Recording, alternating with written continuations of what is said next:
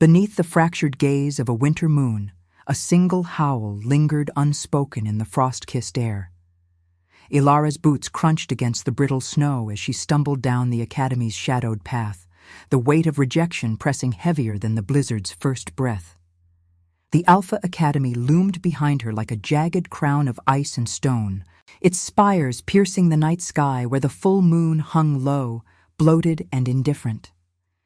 She had been the anomaly here, the only wolfless girl among heirs to packs and thrones, her veins empty of the wild pulse that bound the others to their beasts. No shift under her skin, no claws to unsheathe, no howl to claim her place. Just silence, a void that echoed louder than any roar. The wind howled through the pines, carrying the distant jeers of her former peers, their voices twisted by the thrill of the hunt. Wolfless witch, they had called her during the trials, their eyes gleaming with the fire of superiority. The Alpha King himself, Elder Thorn, with his iron gaze and crown of frost-laced antlers, had decreed her exile at dawn's cruel light. "You weaken us," he had intoned from his throne of carved bone, his words slicing deeper than any fang. "A shadow in our light. Be gone, before your emptiness taints the bloodline." Ilara's hand drifted to the silver locket at her throat, the chain cold against her chilled skin. It was her mother's last gift, etched with a crescent moon that seemed to pulse faintly in the moonlight, as if holding back a secret storm. Inside, a lock of auburn hair curled like frozen flame, her only tether to a lineage she could never fully claim. The locket had survived the Academy's rituals, the mock battles where she dodged blows with human frailty, her body unmarked by the scars that adorned every other student. But tonight, as the gates clanged shut behind her, it felt like a noose, a reminder of what she could never become. The path wound downward from the Academy's plateau into the shadowed valleys of the Iron Fang Mountains. Snowflakes danced like lost spirits, stinging her cheeks as the temperature plummeted. She pulled her threadbare cloak tighter, the fabric worn thin from years of mending her own wounds in the dormitory's dim corners. No pack awaited her return. Her family had long since disowned the daughter who failed to shift at her first moonrise. Exile meant solitude, the wilds where rogue wolves prowled and the unclaimed froze under starless skies. Her breath came in ragged clouds, each step a defiance against the ache blooming in her chest. Why had she endured the Academy at all? The elders had promised a chance at belonging, a way for even the wolfless to serve through cunning or craft. But service had twisted into scorn. During the Blood Moon Festival, she had watched as alphas paired off, their mates chosen by instinct's fierce pull. Ilara, overlooked, had slipped away to the observatory tower, pressing her palm to the cold glass as the moon bathed the revelry below in silver. That night, she had felt it, a faint tremor in her core, like a whisper from the depths. But dawn brought only mockery, and now this banishment. The wind shifted, carrying the metallic tang of blood on its wings. Ilara froze, her senses sharpening despite her lack of wolf. In the distance, through the veil of falling snow, she glimpsed movement, a patrol of Academy guards, their torches flickering like angry eyes. Were they ensuring her departure or hunting something more? Rumors had swirled in the halls of late, whispers of a rival pack encroaching from the eastern ridges, alphas marked by betrayal and old grudges. Elder Thorn's court was a web of alliances, fragile as hoarfrost, and Ilara's exile felt less like justice and more like a pawn's discard in some greater game. She pressed on, the snow deepening to her knees, her legs burning with the effort. The locket warmed against her skin, an inexplicable heat that chased away the numbness in her fingers. Was it imagination, or did the moon's reflection within it shimmer brighter? She paused at the edge of a frozen stream, its surface a mirror cracked by the cold. Kneeling, she traced the ice with a gloved hand, her reflection staring back, pale face framed by wild dark hair, eyes the color of storm clouds. "What am I, if not this?" she murmured, her voice swallowed by the gale. A low uivo pierced the night, not from the academy, but from the shadowed woods ahead. It was mournful, laced with pain, echoing off the mountain walls like a call to the forgotten. Ilara's heart stuttered, a strange pull tugging at her ribs. No wolf in her, yet something stirred, a curiosity laced with fear, as if the sound recognized her own unspoken cry. She rose, the locket now a steady thrum against her pulse. The path forked here, one trail leading to the safety of distant villages, the other vanishing into the mist-shrouded forest where the wild things roamed. Exile demanded choice, and in the moon's unyielding watch, Ilara chose the unknown. The snow swirled around her like a shroud, the wind whispering promises of trials yet to come. Behind her, the academy faded into legend, a cage she had escaped but could never fully leave. Ahead lay the wilds, where the Wolfless might yet find her voice or lose it forever in the silence of the storm. The forest swallowed Ilara whole, its ancient pines standing like silent sentinels under the moon's fractured light. Branches clawed at her cloak, heavy with snow that sifted down in relentless veils, muffling the world to a hush broken only by her labored breaths. The locket at her throat burned now, a persistent warmth that seeped into her bones, defying the chill that gnawed at her edges. She had chosen this path, the one veiled in mist and shadow, because the howl had called to her, a lament that resonated with the emptiness she carried. No wolf stirred within her, yet her steps quickened, drawn by an instinct she could not name, a curiosity laced with the sharp tang of fear. The air grew thicker, laced with the scent of pine resin and something darker, iron and earth, the unmistakable musk of blood spilled fresh upon the snow. Ilara's heart pounded, a drumbeat against her ribs, as she pushed through a thicket of frost-laced ferns. The ground sloped downward into a narrow ravine, where moonlight pooled like spilled silver on the frozen earth. There, amidst a scatter of broken branches and trampled underbrush, she saw him. He lay half-propped against a gnarled root, his massive frame slumped in the snow, dark fur cloak torn and matted with crimson. The Alpha King, Elder Thorn himself, his antlered crown askew, one hand pressed to a gash across his chest that wept blood in rhythmic pulses. His breath came in ragged bursts, clouding the air, and his eyes, those iron-gray storms that had judged her unworthy, flickered open at the sound of her approach. Pain etched his features, sharpening the lines of a face forged in battles long past. But there was no snarl of recognition, only a weary vigilance that softened at the edges. Ilara froze, her body a statue in the swirling snow, fear coiled in her gut like a serpent, urging her to flee. This was the man who had cast her out, his decree still echoing in her ears like a death knell. Yet the locket thrummed hotter, a vibration that traveled up her spine, pulling her forward against her will. She took a step, then another, her boots sinking into the blood-flecked snow. Up close, he was no longer the distant throne's occupant, but a wounded beast, his broad shoulders heaving, the scent of his blood mingling with the wild, earthy aroma of alpha dominance subdued by agony. "You," he rasped, his voice a gravelly whisper that cut through the wind's moan. His gaze locked on hers, piercing despite the haze of pain, and for a moment the world narrowed to that connection, an instinctive tether that hummed between them, unspoken and electric. It was as if the moon itself had woven a thread, drawing her to him, awakening something dormant in the void of her chest.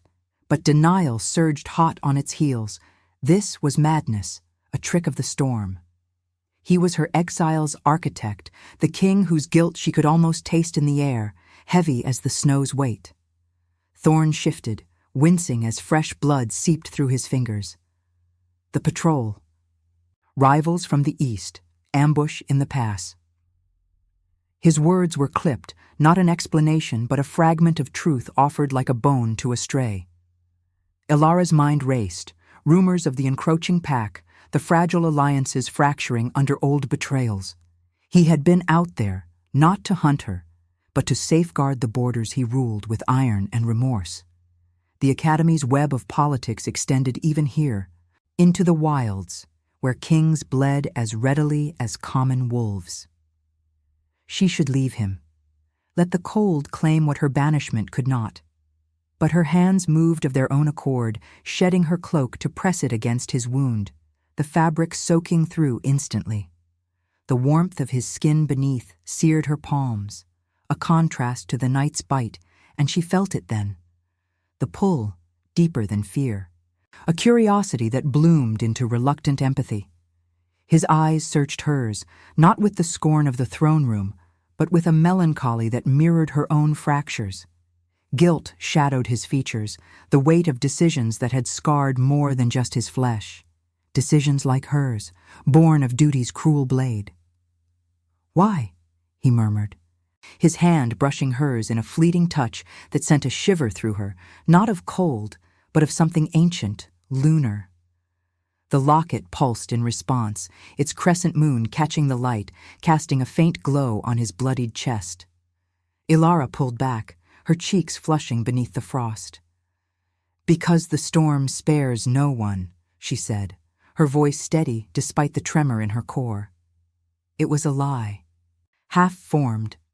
The truth was, this inexplicable bond, born from the shared ache of isolation, resisted even as it took root. The wind howled louder, carrying distant weavos, pursuers, perhaps, or echoes of the night's unrest. Thorn's grip tightened on her cloak, not commanding but anchoring, as if she were the steady thing in his unraveling world. Fear warred with the spark of connection, curiosity urging her to stay while denial screamed of betrayal. In that ravine, under the moon's indifferent watch, the fire of possibility flickered amid the snow and blood, a fragile flame against the encroaching dark. And now, I invite you to leave a trace of your presence in the comments. Tell us where in the world you're watching from, and the exact hour you hear this story. We wish to know how far these northern confessions travel, and at what moments of the night they find you. The distant weavos sharpened into a chorus of snarls, slicing through the ravine's hush like fangs through flesh.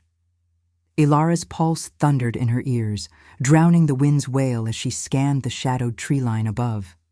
Shadows moved there, silhouettes of wolves, their eyes glinting like embers in the moon's pale fire, closing in with predatory grace. Rivals from the east, Thorn had said, but now they were real, their paws churning the snow into bloody slush as they descended the slope. The air thickened with their musk, a feral promise of violence that clawed at her human senses, stirring the void within her to a frantic hum.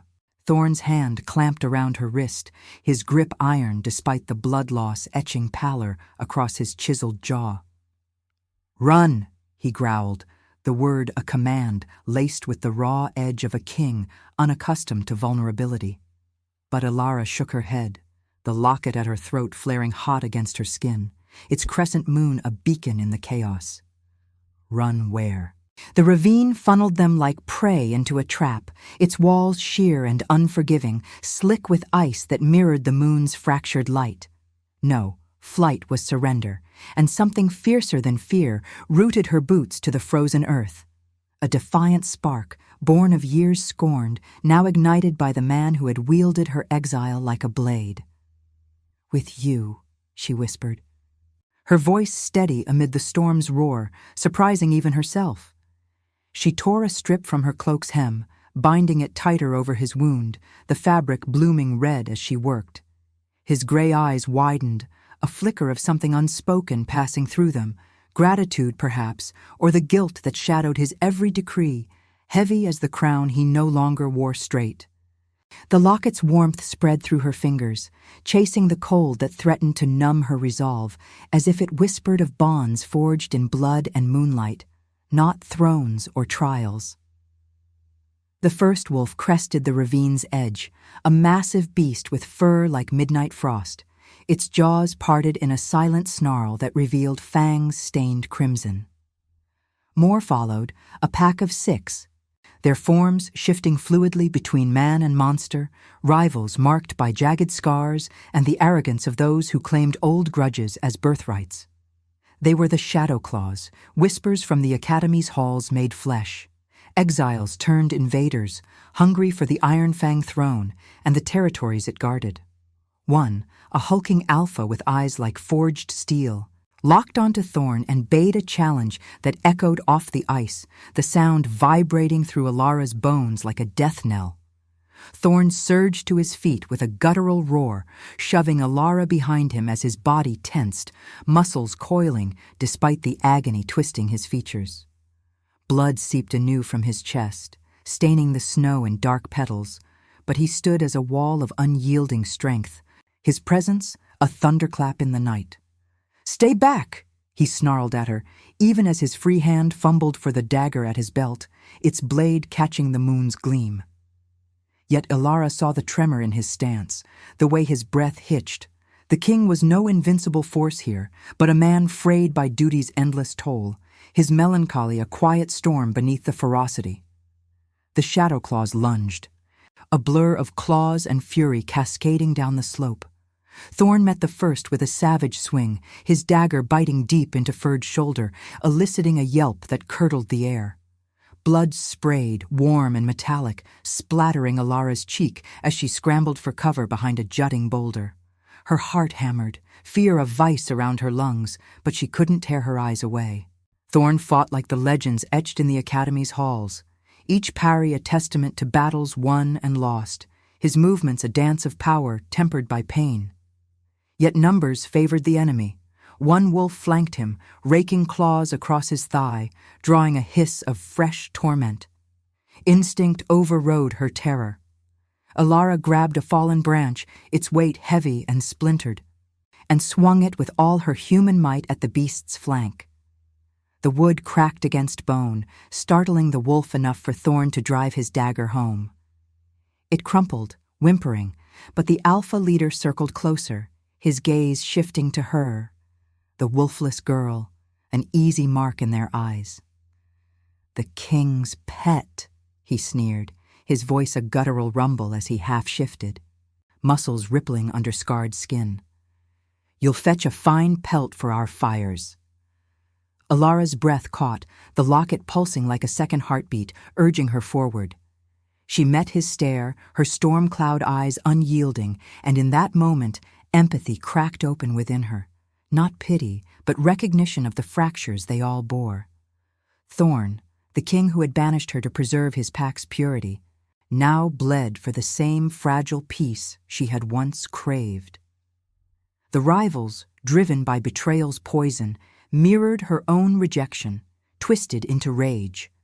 The wind whipped snow around them, blurring the lines between hunter and hunted, and as Thorn staggered back to her side, their shoulders brushing, the bond ignited.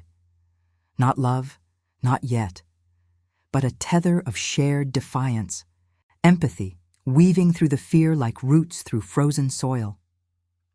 Together, they retreated deeper into the ravine, Thorn's arms slung across her shoulders for support, his weight a solid anchor against her slighter frame.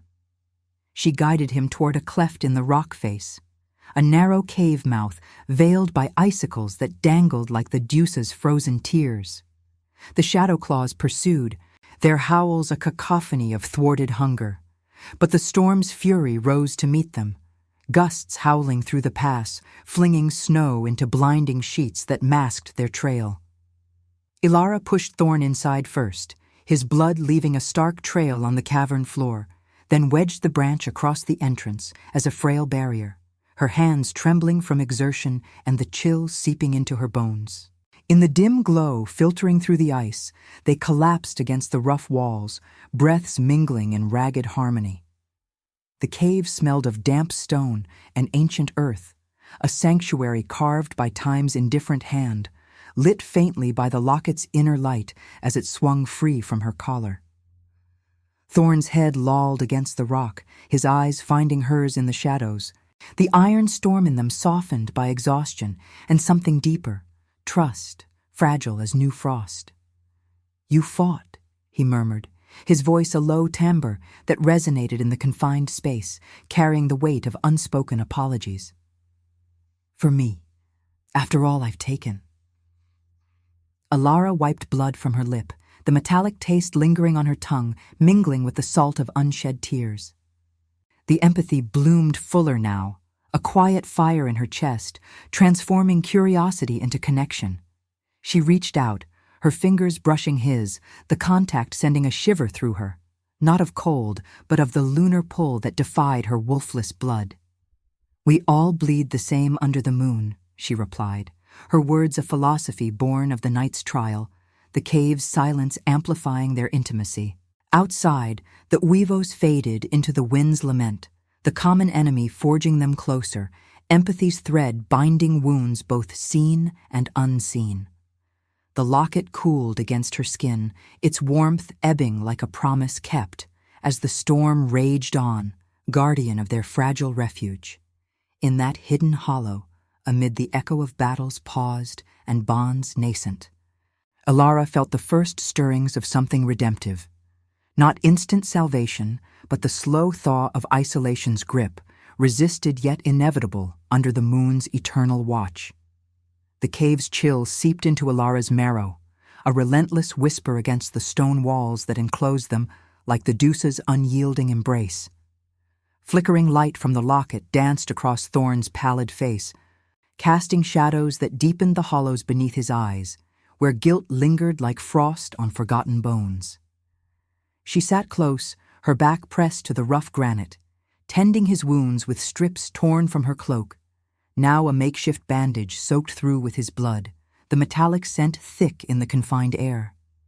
Outside, the storm howled its fury, a barrier of wind and snow that muffled the shadow claw's distant snarls, granting them this fragile interlude. But peace was illusory. Alara felt it in the tremor of her hands, in the way the locket pulsed against her chest like a caged heartbeat, urging secrets to the surface. Thorn's breathing steadied, each exhale a ragged cloud that mingled with hers in the dimness. His hand, large and calloused from years of wielding scepter and sword, rested near hers on the cavern floor, not touching, but close enough that the heat of his skin chased the cold from her fingers. She studied him in stolen glances, the king who had shattered her dreams with a single decree, now reduced to this. A man etched with the scars of choices that haunted him. His antlered crown lay discarded nearby, its frost-laced points dulled by blood, a symbol of power stripped bare. "The rivals," he murmured, his voice a low rumble that echoed off the ice-veined walls. "They seek more than my throne. An ancient curse binds our packs, betrayal from the blood moon wars. I rode out alone to parley, but words failed where fangs prevailed." Alara nodded, her storm cloud eyes fixed on the locket as she traced its crescent etching with a fingertip. The metal warmed under her touch, a subtle thrum that resonated through her veins, stirring the void where her wolf should have been. Years at the academy had taught her to suppress that emptiness, to navigate the world of shifts and howls with human cunning alone. But here, in this womb of rock and shadow, isolation cracked like thin ice. Empathy had drawn her to him in the ravine, a reluctant bridge over the chasm of her rejection. Now, as silence stretched between them, curiosity deepened into something visceral, a pull that rationalized itself as survival, yet bloomed with the tenderness of shared wounds. "Why did you banish me?" The question slipped from her lips unbidden, soft as falling snow, but sharp as hidden thorns. She hadn't meant to voice it, not now, with enemies at the gates and his life ebbing from fresh gashes. Yet the cave amplified truths, stripping away the academy's veils of protocol and scorn. Thorn's gaze met hers, iron-gray depths swirling with the melancholy of a king who bore his pack's sins like an invisible crown. He shifted, wincing as pain lanced through his chest, the bandage darkening with renewed seepage. "Duty," he said, the word heavy, laced with the bitterness of regret. "The elders whispered of weakness in our bloodline, of omegas like you, wolfless anomalies, who might unravel the bonds. I chose the pack over the individual, mercy twisted into exile. But every night since, the moon mocks me with your face, a reminder of the fractures I cannot mend."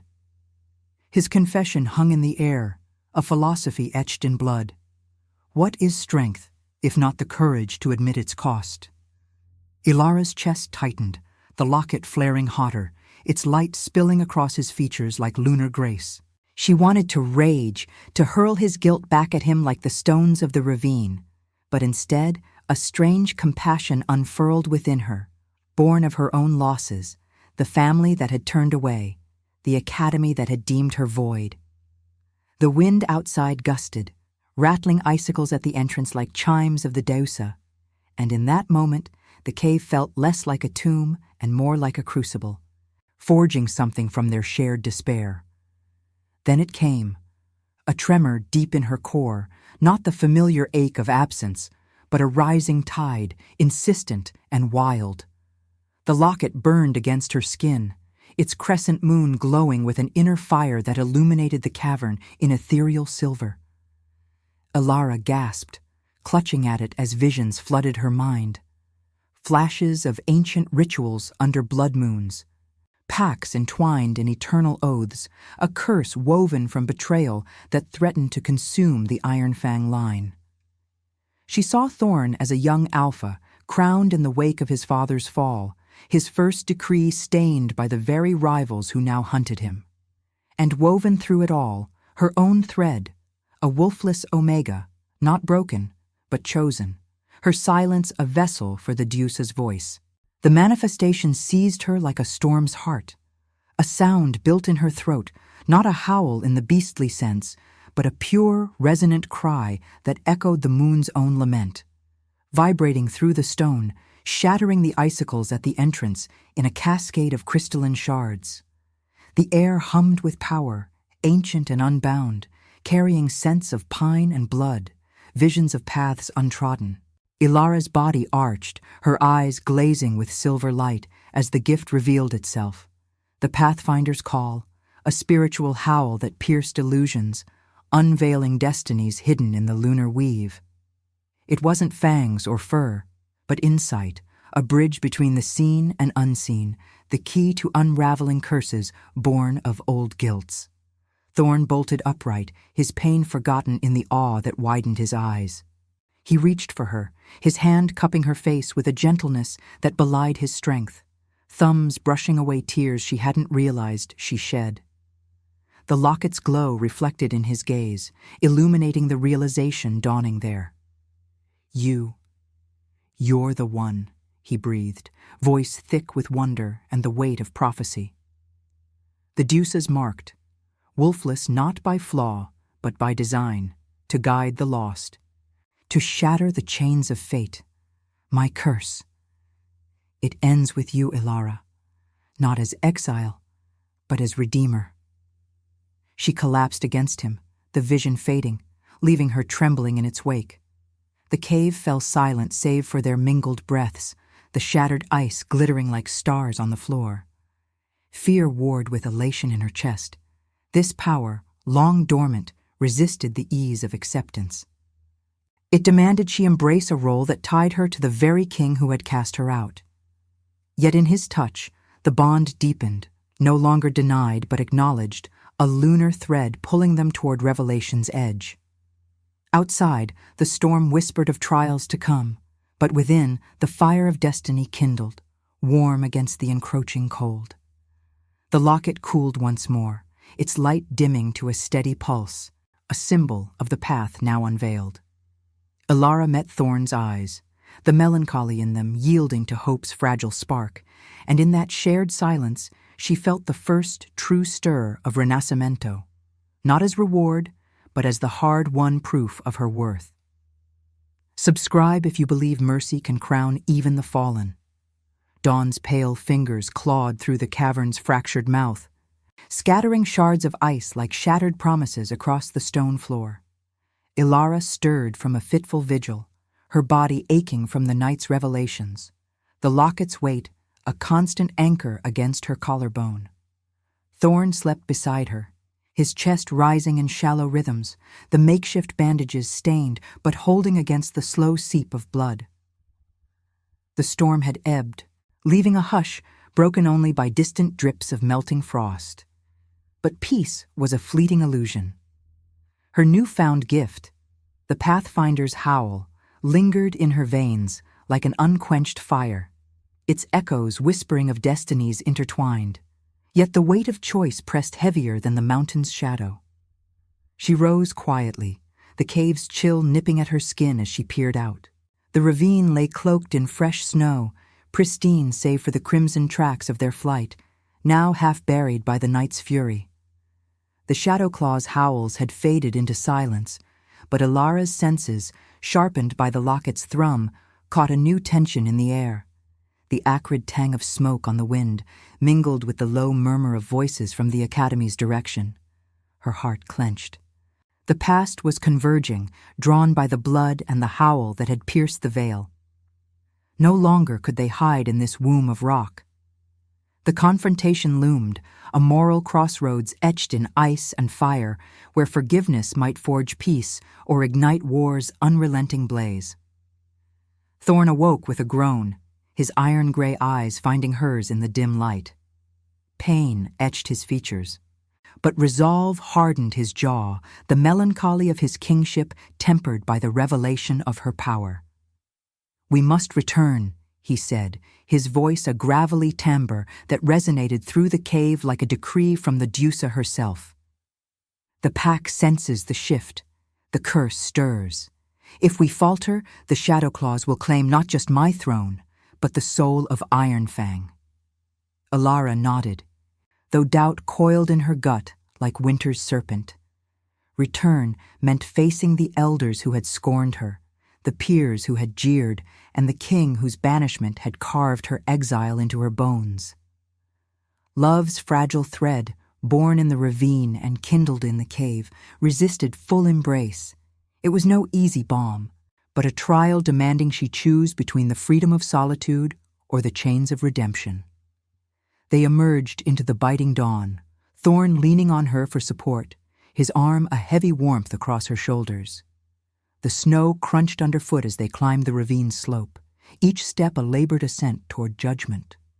The locket warmed against her skin, its crescent moon catching the first rays, casting prismatic glints on the blood-flecked drifts.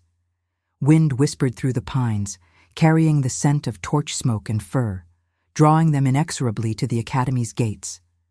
As they crested the plateau, the spires rose like jagged teeth against the paling sky, banners of frost-laced iron fluttering in the breeze. Guards patrolled the walls, their eyes widening at the sight of their wounded king flanked by the Wolfless exile. The great hall awaited, its vaulted ceilings echoing with the murmurs of assembled alphas, elders in robes of ancient fur, rivals from allied packs, and the Shadowclaw's alpha leader, Ragnar, chained but unbowed at the throne's base. His scarred form loomed, eyes like forged coals burning with defiance, the traitor who had orchestrated the ambush to fulfill the Blood Moon curse, a vow of vengeance from wars where Thorn's father had slain his kin. The air thrummed with tension, heavy as the scent of banked fires and spilled mead, the moon's fading influence lingering in silver motes that danced like spirits. Elder Thorn, no, King Thorn, straightened as they entered, his antlered crown reclaimed from a guard's hands, though it sat askew, a symbol of fractured authority. Ilara felt the weight of stares, the pack's disdain crashing over her like a blizzard's gale. "Wolfless," one elder spat, his voice a hiss that stirred murmurs like wind through dead leaves. "She brings ruin." But Thorn raised a hand, silencing them, his gaze locking on Ragnar. "The curse ends here," he declared, his words echoing off the bone-carved walls, laced with the ethical steel of a king burdened by guilt. Betrayal bred this shadow, but revelation offers light. Speak your grudge, Ragnar, before the Deuces witness. Ragnar's laugh was a guttural bark, chains rattling as he strained forward, blood from the ravine skirmish still crusting his fur. Light. From a king who banishes the weak to preserve his purity? Your father's blade took my mate under that cursed moon, and you perpetuate the lie with exiles like her. His eyes flicked to Alara, venomous, igniting the hall's undercurrent of doubt. She stood frozen, the locket burning hot, visions flickering at the edges of her sight, paths of war diverging into rivers of blood, or threads of forgiveness weaving a fragile peace. The pack turned to her, their howls of judgment a cacophony in her mind, dredging up the Academy's trials, the jeers, the isolation, the void that had defined her. Thorn's hand brushed hers, a fleeting anchor amid the storm, his melancholy eyes pleading not for salvation, but for choice.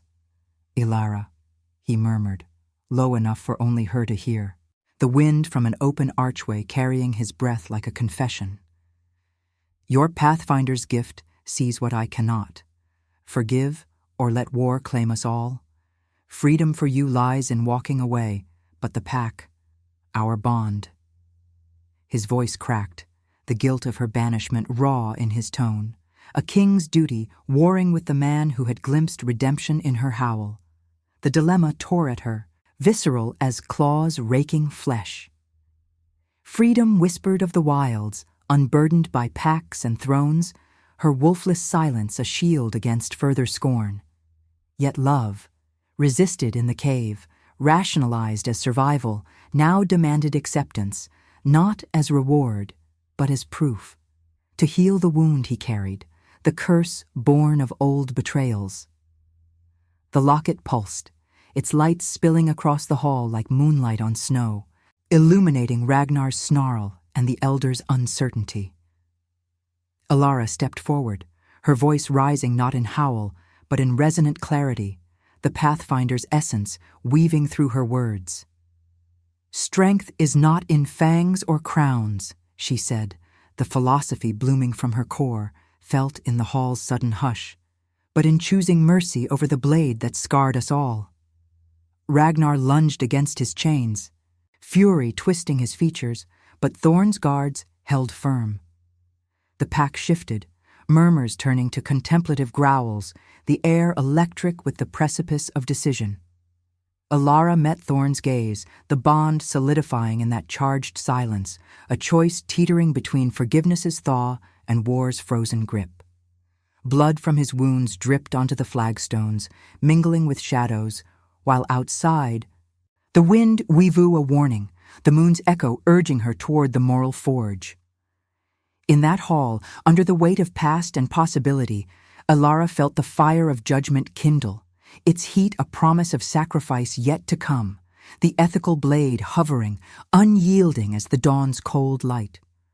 The great hall's vaulted arches seemed to hold their breath, the air thick with the scent of smoldering hearths and the metallic undercurrent of blood long dried into the flagstones. Ilara stood at the threshold of choice, her storm cloud eyes sweeping the assembled alphas, their furred cloaks shifting like restless shadows, eyes glinting with the feral hunger of judgment.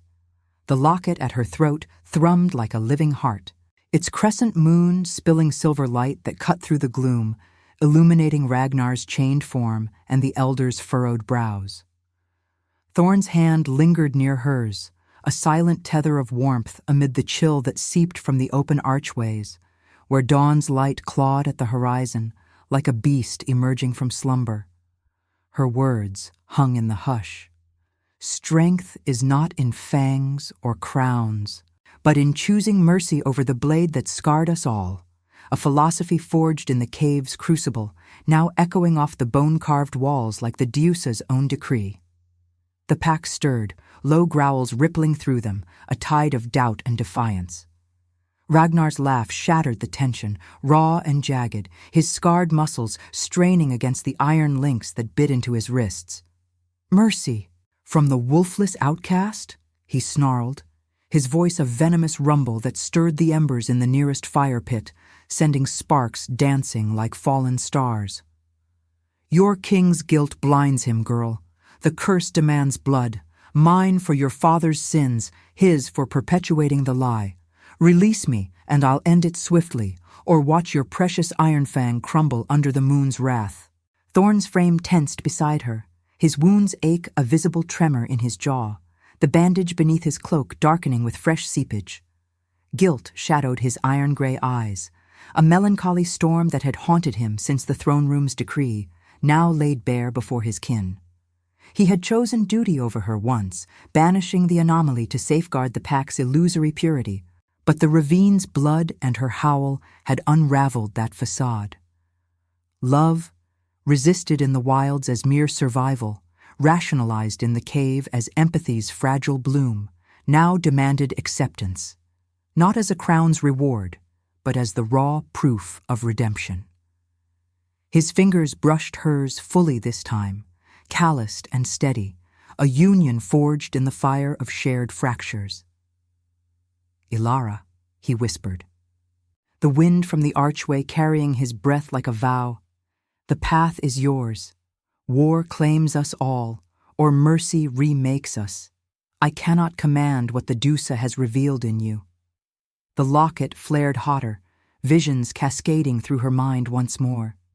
Rivers of blood flooding the mountains if Ragnar's grudge ignited full war, packs torn asunder under a blood moon's curse, or a fragile thaw, threads of forgiveness weaving through the scars, birthing a new era where wolfless voices guided the wild. Her body trembled, the void within her no longer empty, but alive with the Pathfinder's essence, a spiritual howl that pierced not flesh, but the illusions of power and revenge. Rejection had been her exile. Her rebirth now teetered on this precipice. Sacrifice the solitude she had clung to in the snow-swept wilds, or cure the ancient wound by binding her fate to his, to the pack that had scorned her. Ragnar lunged again, chains groaning, his eyes locking on hers with predatory glee. Choose exile, freedom in flight, or death in delusion. The elders murmured assent, their faces etched with the Academy's rigid creed, the air humming with the scent of pine smoke and tension's sweat. Ilara's heart pounded, visceral as the winds howl outside, whipping fresh snow through the archways in crystalline veils. She felt the cold sting her cheeks, the warmth of Thorn's proximity a counterpoint, his blood's scent mingling with the hearth's glow. Love was no gentle bloom here, but a tragic forge, resisted by her scars, accepted through the ethical blaze of compassion over conquest. With a breath that steadied the storm in her chest, Ilara stepped forward, her voice rising resonant and clear, the locket's light blooming to envelop the hall in lunar silver. "The curse was born of blades in the dark," she intoned, the words weaving philosophy into power, felt in the sudden silence as alphas shifted uneasily. "But it ends in light unveiled. Ragnar, your mate's blood cries not for more, but for the mercy you were denied. I release you, not to war but to exile's truth. Walk the wilds as I did, and find the Dusa's path beyond vengeance."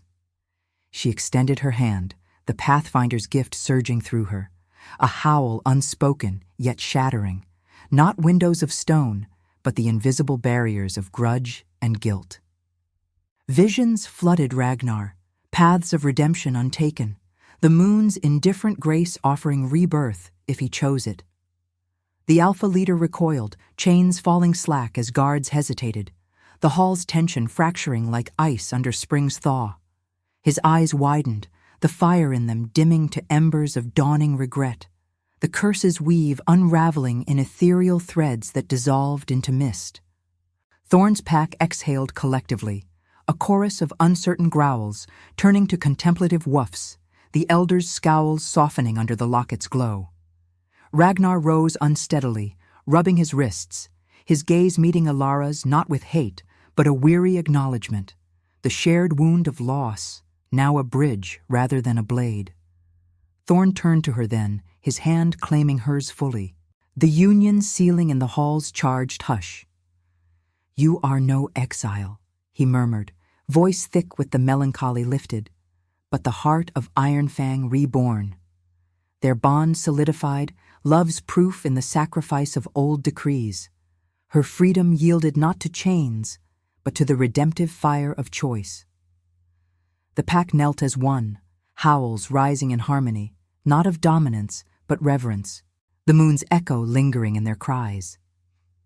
Outside, the wind softened to a whisper, snowflakes drifting like blessings from the paling sky. Alara felt the locket cool against her skin. Its crescent, a symbol of paths converged, wounds healed not by fang or crown, but by the mercy that crowned the fallen. In Thorn's embrace, amid the hearth's warming glow and the scent of thawing earth, Renascimento bloomed, tragic, tender, eternal under the Deusa's watch. The Wolfless girl had found her Howl, shattering not glass, but the silence of destinies long denied. If your heart beat alongside ours, like, comment, and subscribe, because every soul that joins our moon keeps the flame of redemption alive.